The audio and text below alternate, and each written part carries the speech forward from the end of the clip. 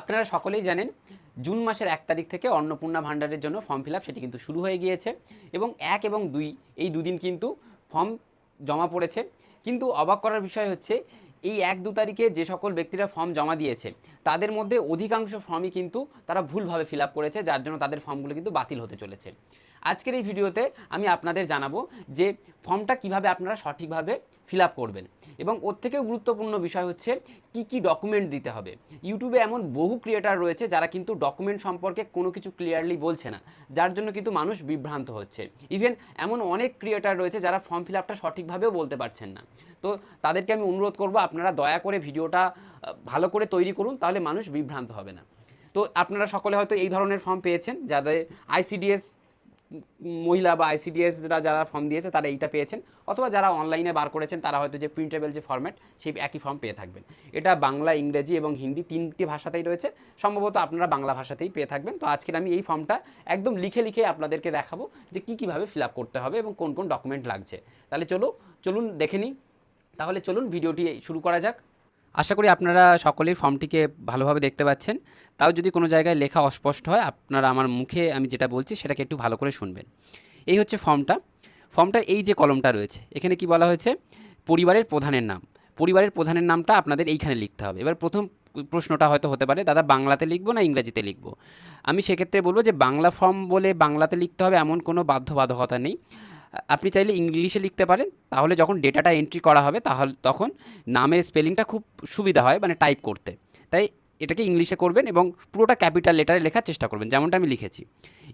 এই যে নামটা রয়েছে আধার কার্ডে যে নাম মানে যেমনটা রয়েছে স্পেলিং, সেই স্পেলিংটা এখানে দেবেন। তাহলে এখানে পরিবারের যে হেড অফ দ্য ফ্যামিলি তার নাম দিয়ে দেবেন। যদি অনেকের ক্ষেত্রে দেখবেন যে বাবা মারা গিয়েছে, সেক্ষেত্রে মা রয়েছে, মা যদি হেড অফ দ্য ফ্যামিলি হয় তাহলে মায়ের নামটা দিয়ে দেবেন। যদি বাবা মা দুজনেই মারা যান, আপনি যদি হন তাহলে আপনার নামটা দিয়ে দেবেন। ঠিক আছে? তারপরে রয়েছে ওই যে হেড অফ দ্য ফ্যামিলি তার জন্ম তারিখটা, ঠিক আমি যেমনভাবে লিখেছি, প্রথমে হচ্ছে দিন, মাস, বছর, এইভাবে লিখবেন। তারপরে পরিবারের প্রধান পুরুষ না মহিলা সেটাকে এখান দিয়ে টিক করবেন।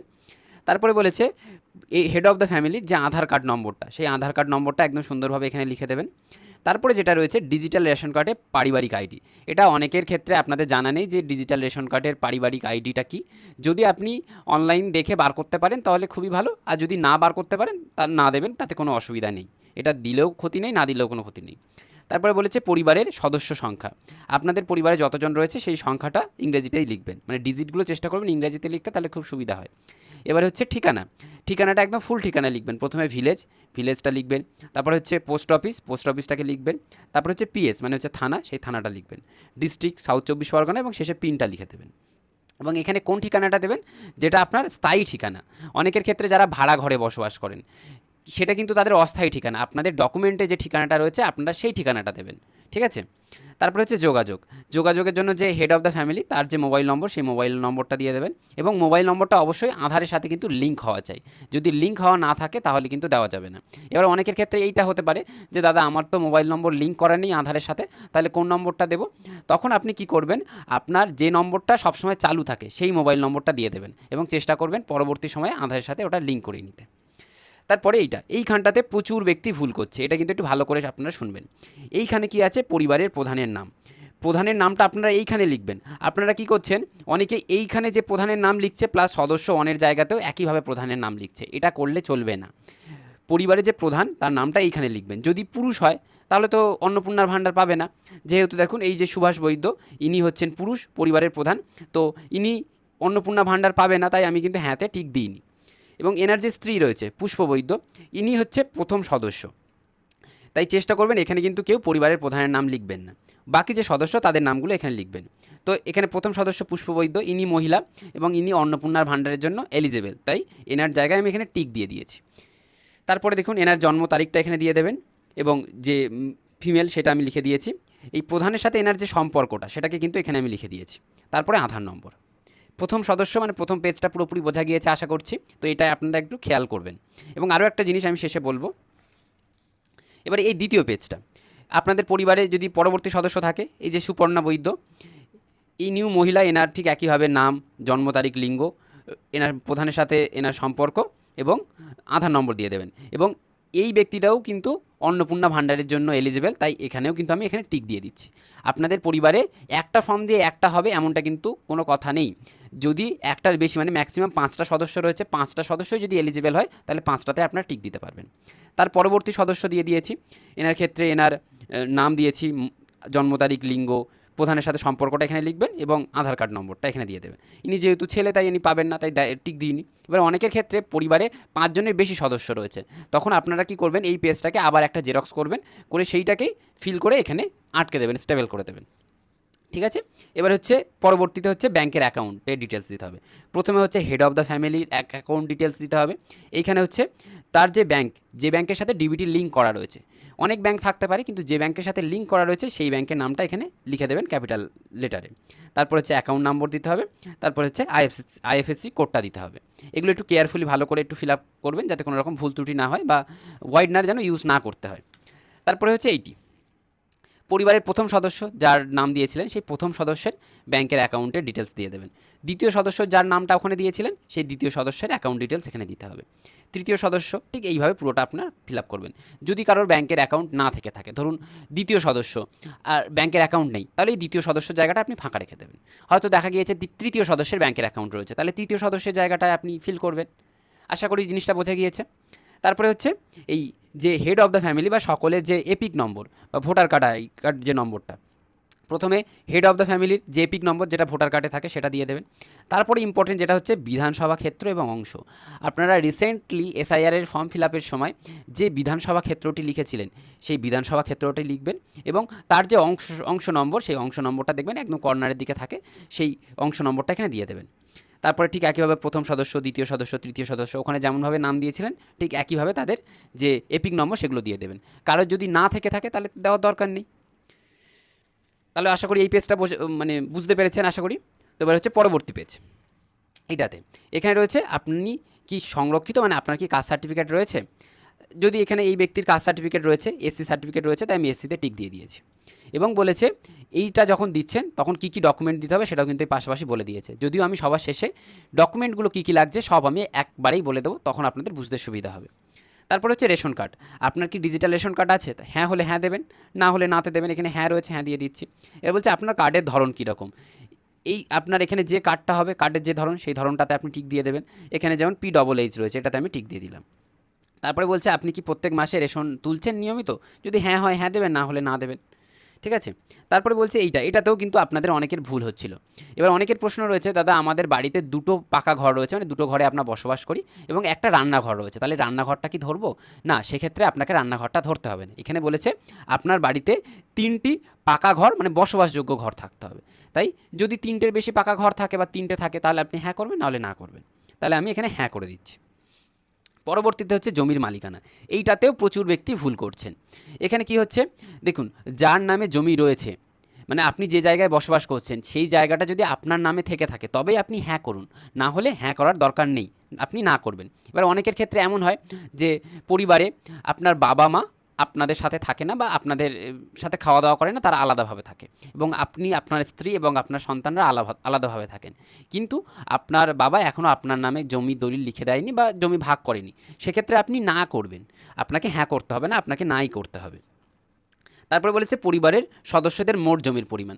এবার আপনার বাবার নামে সব জমি রয়েছে, আপনার নামে তো কোনো জমি নেই, বা আপনার স্ত্রী বা সন্তানের নামে যদি জমি না থেকে থাকে তাহলে আপনি এখানে কিছু লিখবেন না। আর যদি আপনার স্ত্রী বা আপনার নামে জমি থেকে থাকে তাহলে আপনি সেই জমির পরিমাণটা শতকে লিখবেন।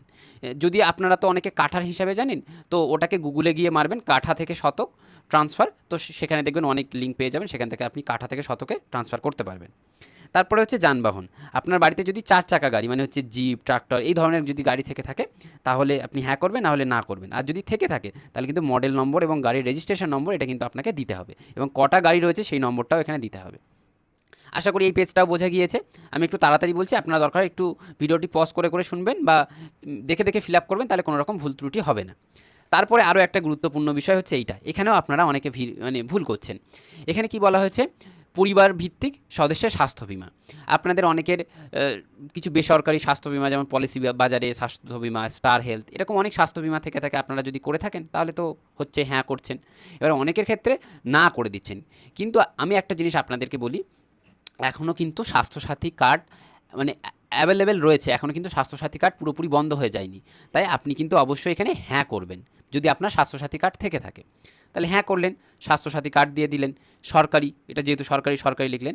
এবং এই যে বিমার অঙ্ক, যেহেতু স্বাস্থ্যসাথী কার্ডে 5 লাখ টাকা কভারেজ দেওয়া হয়, তাই 5 লাখ টাকা লিখবেন। এবারে কেউ যদি বেসরকারি হয়ে থাকে তাহলে বেসরকারিতে টিক দেবেন, আপনার যে বেসরকারি যে স্বাস্থ্য বিমার যে অ্যামাউন্টটা রয়েছে সেটা এখানে দিয়ে দেবেন। এবং ধরো আপনি প্রিমিয়াম দিচ্ছেন, বেসরকারি হলে তো আপনাকে প্রিমিয়াম দিতে হতো, সেই প্রিমিয়ামের বিবরণটাও কিন্তু আপনাকে এখানে দিয়ে দিতে হবে।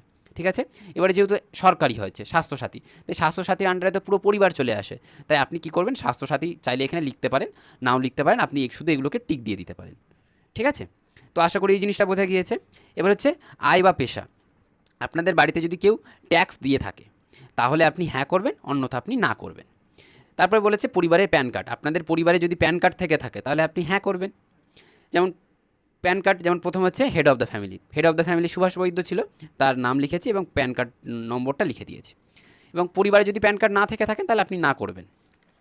তার পরের পেজ, এখানেও ঠিক একইভাবে আপনি যে প্রথম সদস্য দিয়েছিলেন তার নাম লিখবেন, যেমন ওখানে পুষ্প বৈদ্য ছিল, পুষ্প বৈদ্য লিখতে হতো এবং প্যান কার্ড নম্বর এখানে লিখতে হতো। ঠিক একইভাবে ওখানে যেমন যেমন সদস্য রয়েছে তাদের ঠিক তেমন তেমনভাবে লিখবেন।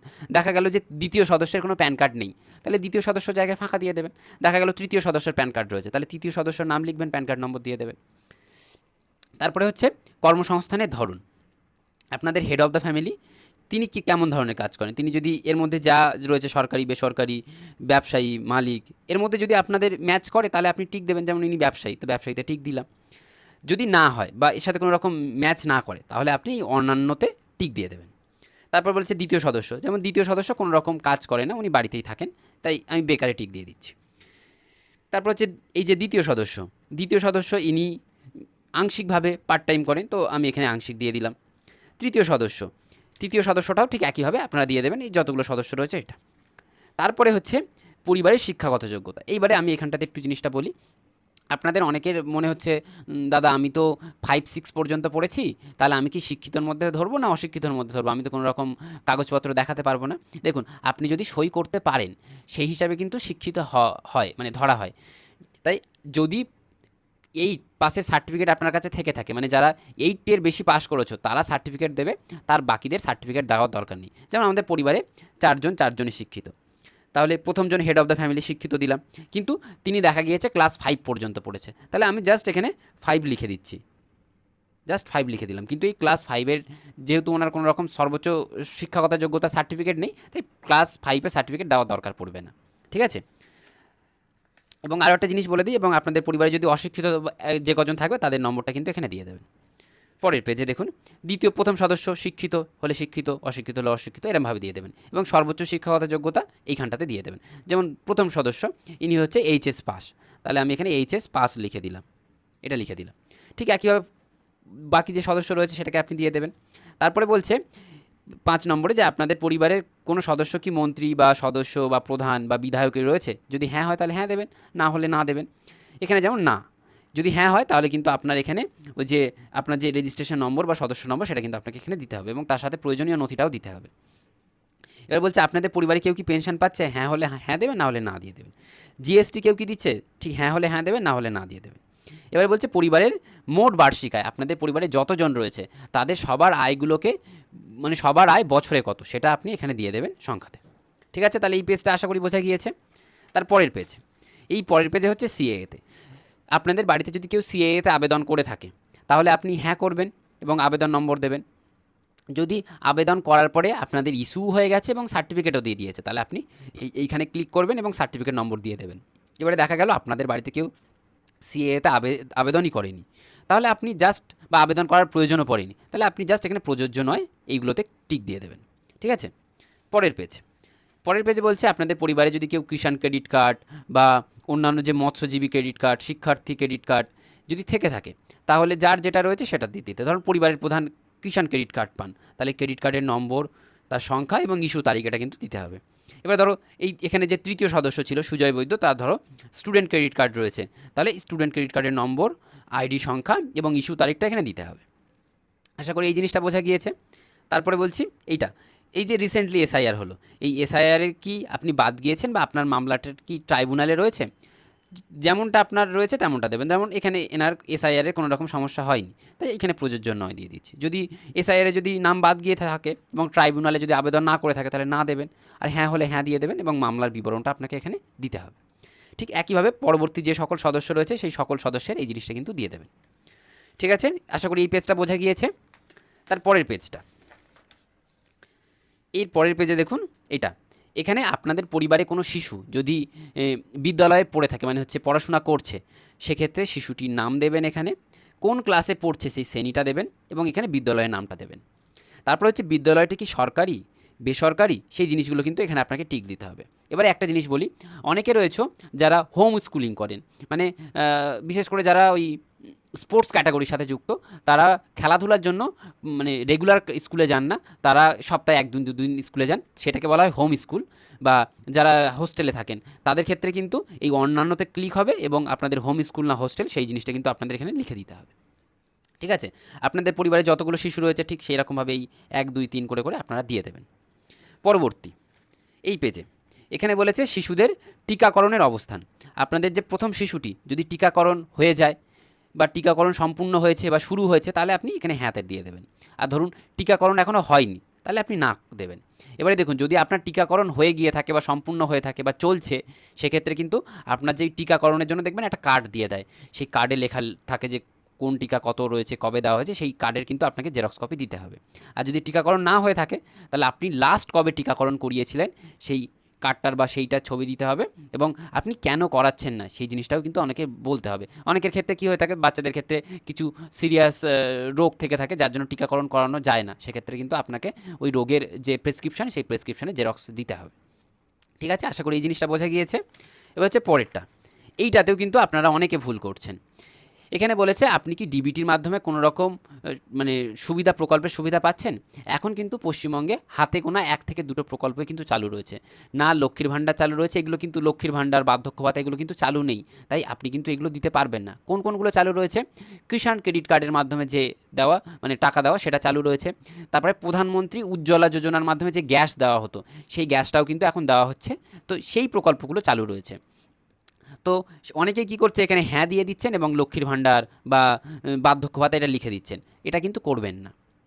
তো যাই হোক, এই যে প্রথম ব্যক্তি ইনি কোনো রকম ডিবিটির মাধ্যমে কোনো প্রকল্পের টাকা পাচ্ছেন না, তাহলে না দিয়ে দিলাম। এই যে দ্বিতীয় ব্যক্তি ছিল, মানে প্রথম যে সদস্য ছিল পুষ্পবৈদ্য, তিনি হচ্ছে প্রধানমন্ত্রী উজ্জ্বলা যোজনার গ্যাস পায়, তাই আমি PMUY লিখে দিয়েছি, প্রধানমন্ত্রী উজ্জ্বলা যোজনা। তাই আপনাদের যেমনটা হবে যে প্রকল্প হবে তো আপনি এই শর্ট ফর্মে এটা লিখে দেবেন। এবারে বলেছে আপনি কি এই প্রকল্প থেকে নিজের নাম প্রত্যাহার করতে চান, মানে আপনাকে কি আপনি এখান থেকে বাদ হতে চান, তাহলে কিন্তু হ্যাঁ করবেন, অন্যথা কিন্তু কিছু করবেন না এখানে। ঠিক একইভাবে এই সকল জিনিসগুলো বলা রয়েছে, বাকি সকল প্রকল্পের এইগুলো বলা রয়েছে, তো আপনারাও সেটা জিনিসটা এখানে টিক দেবেন। ঠিক আছে, তারপরে হচ্ছে এই পেজটা, এই পেজটাতেও কিন্তু আপনারা অনেকে ভুল করছেন। এটা হচ্ছে সম্মতিপত্র, এখানে টিক দিয়ে দেবেন। এবার হচ্ছে এই স্বাক্ষর, এখানে কার স্বাক্ষর করতে হবে এটা অনেকের প্রশ্ন। এখানে কিন্তু প্রধানত হেড অফ দ্য ফ্যামিলি স্বাক্ষর করলে সব থেকে ভালো হয়। এবারে দেখা গিয়েছে যে হেড অফ দ্য ফ্যামিলি বাড়িতে নেই, সেক্ষেত্রে পরিবারের যে কোনো একজন ব্যক্তি, অবশ্যই তার বয়স যেন 18 বছরের ঊর্ধ্বে হয় বা ভোট দিয়ে থাকে সেই রকম ব্যক্তি কিন্তু সই করবেন। ঠিক আছে, এবারে এই জিনিসটা এখানে একটা জিনিস বলা রয়েছে যে পরিবার বলতে কাকে বোঝানো হচ্ছে।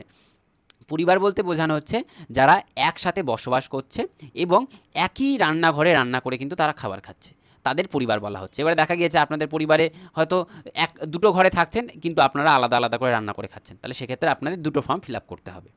এবারে আমি বলি যে কী কী ডকুমেন্ট দিতে হবে, যেটা কিন্তু কেউ বলছে না। এই ডকুমেন্টটা কিন্তু আপনাকে সঠিকভাবে দিতে হবে। কী কী, আপনি যে সকল তথ্যগুলো দিচ্ছেন, যেমন পরিবারে যতজন রয়েছে তাদের আধার কার্ডের তথ্য দিয়েছেন তাই আধার কার্ডের জেরক্স দিতে হবে, ভোটার কার্ডের তথ্য দিয়েছেন ভোটার কার্ডের জেরক্স দিতে হবে, প্যান কার্ডের তথ্য দিয়েছেন প্যান কার্ড, ব্যাংকের বই, কাস্ট সার্টিফিকেট থেকে থাকলে কাস্ট সার্টিফিকেট। এবারে দেখুন আপনাদের বাচ্চাদের বেলা আপনাদের যেই আপনাদের টিকাকরণের যে স্লিপটা সেটা দিতে হবে আপনাদেরকে। আপনাদের যে জমির তথ্য, জমির কোন তথ্যটা দেবেন, আপনারা পর্চা দেবেন। দেখুন অনেকে মহিলারা এটা বুঝতে পারবেন না, তো আপনাদের পরিবারের লোককে জিজ্ঞাসা করবেন পর্চা জিনিসটা কি বা রেকর্ড কি, সেইটা আপনারা দেবেন। যদি রেকর্ড না হয়ে থাকে তাহলে মিউটেশন কপি দিতে পারেন, মিউটেশন যদি না থেকে থাকে তাহলে কিন্তু আপনার জমির যে দলিল তার জেরক্সটা কিন্তু আপনাকে দিতে হবে। ঠিক আছে, এইবারে বলি যদি কেউ এক্সট্রা কোনো কিছু দিয়ে থাকো, এক্সট্রা কোনো কিছু বলতে খাদ্য সুরক্ষা কার্ডের আইডি, তো খাদ্য সুরক্ষা কার্ড দিতে হবে। এবং সবথেকে গুরুত্বপূর্ণ বিষয় যেটা কেউ দিচ্ছে না কিন্তু দেওয়াটা অত্যন্ত প্রয়োজন, সেটা হচ্ছে রিসেন্ট এসআইআরের সময় বা ভোট দেওয়ার আগে দেখবেন আপনাদের একটা স্লিপ দিয়েছিল, যে স্লিপটাতে দেখবেন আপনার পুরো নাম টামগুলো ডিটেলস ছিল, ঠিক এরকম বড় একটা স্লিপ দিয়েছিল।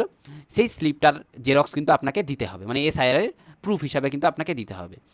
এবং কেউ যদি এক্সট্রা কোনো কিছু তথ্য দিয়ে থাকো, কেউ ধরো কিষাণ ক্রেডিট কার্ড দিয়ে করেছো, মানে প্রকল্প পাচ্ছ, তাহলে কিষাণ ক্রেডিট কার্ডের কিন্তু জেরক্স দিতে হবে। মানে যে সকল ডকুমেন্ট আপনারা দিচ্ছেন সেই সকল ডকুমেন্ট কিন্তু আপনাকে দিতে হবে। এবং পরিবারের যতজনের তথ্য দিয়েছেন পরিবারের ততজনের তথ্য কিন্তু জেরক্স কিন্তু আপনাকে দিতে হবে।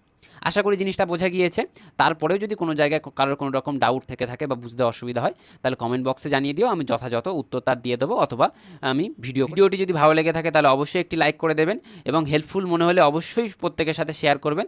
তাহলে আপনাদের যে ফর্ম ফিল আপ, এই ফর্ম ফিল আপটা কিন্তু কারোর ভুল হবে না বা বাতিল হবে না।